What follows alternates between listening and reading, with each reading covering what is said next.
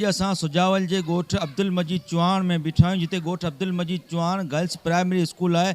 In girls primary school में जेका नंढड़ा ॿार आहिनि से पट ते वेही तइलीम हासिल कनि था। अॼु असां गर्ल्स प्राइमरी जी स्कूल जी हेडमास्टरियाणी आहे, असीं हुन खां स्कूल जे बारे में पुछंदासीं त हुननि खे कहिड़ियूं सहूलियतूं घुरिबल आहिनि ऐं केतिरा दफ़ा हुननि मुतालबा कया आहिनि ऐं केतिरियूं जेकियूं हुननि खे सहूलियतूं मुहैया थियूं आहिनि। जी आपा।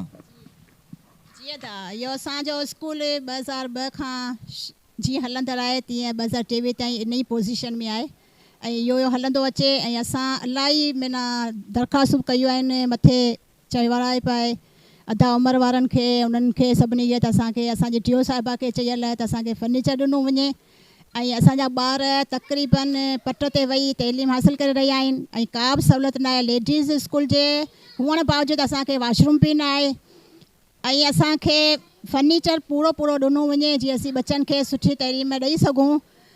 ऐं असां लेडीज़ जो इहो चवणु आहे त हिते असांखे हर सहूलियत ॾिनी वञे ऐं असां सुठे नमूने तइलीम हासिल बच्चनि खे पढ़ाए सघूं, हासिल करे सघनि बच्चा तइलीम। ऐं तव्हांजी वॾी महिरबानी थींदी जीअं तव्हां असांखे हिन स्कूल खे तरक़ी ॾियारींदा।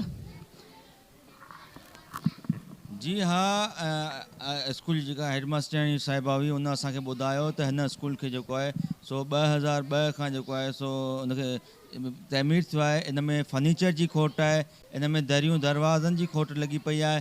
ऐं तव्हां ॾिसो त हाणे तक़रीबन 2-3 महीननि खां पोइ सर्दी जी मौसम ईंदी, उन सर्दी जी मौसम में हे गुलनि जहिड़ा ॿारड़ा पटनि ते वेही पढ़ाइयूं कंदा।